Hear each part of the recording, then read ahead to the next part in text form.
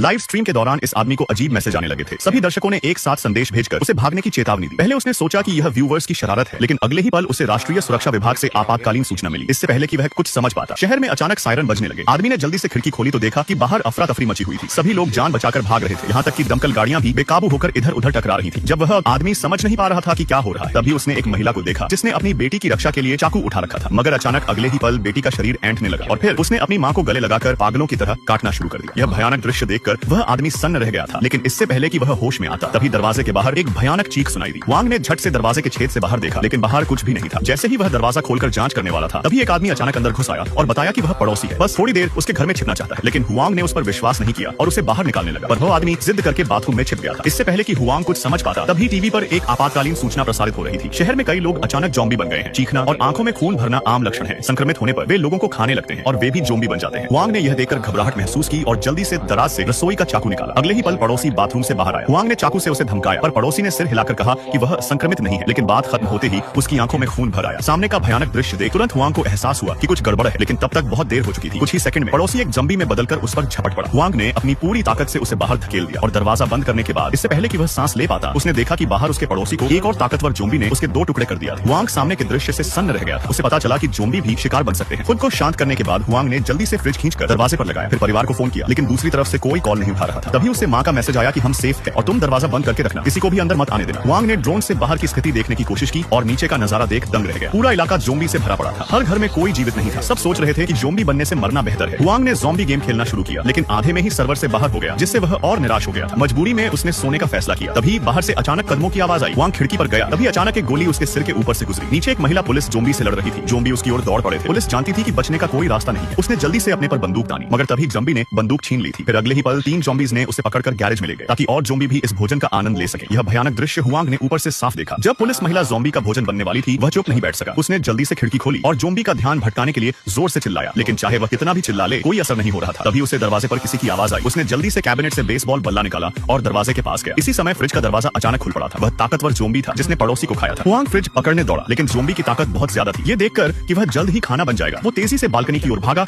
और बिना हिचकिचाहट के उछल गया। उसी समय ज़ॉम्बी फ्रिज खोलकर अंदर घुस गया। हुआंग ने गहरी सांस ली और अंतिम दांव लगाने का फैसला किया। उसने ज़ॉम्बी को धोखे से नीचे गिरा दिया था और खुद बालकनी की रेलिंग को कसकर पकड़े हुए था। घर के अंदर वापस आने पर उसने जल्दी से दरवाजे के छेद को तौलिए से ढका, फिर दरवाजे को दोबारा मजबूत किया। लेकिन बुरी बात यह थी कि ज़ॉम्बी ने फ्रिज से सारी किमची गिरा दी थी। हुआंग को ऐसा लगा जैसे उसके दिल में हजारों घोड़े दौड़ रहे हों, लेकिन उसने जल्द ही अपने आप को संभाला। उसने खुद से कहा कि वह हर दिन एक वीडियो बनाएगा, क्योंकि उसके माता पिता अभी घर लौट रहे थे। उसे परिवार से मिलने तक टिके रहना था। फिर उसने खिड़कियों को अखबार से ढक दिया ताकि बाहर के लोग न देख सके। हुआंग को अपनी मां का वॉइस मैसेज मिला, लेकिन फोन का सिग्नल बार बार कट रहा था। लगता था कि उसके माता पिता किसी खतरे में फंसे हुए थे।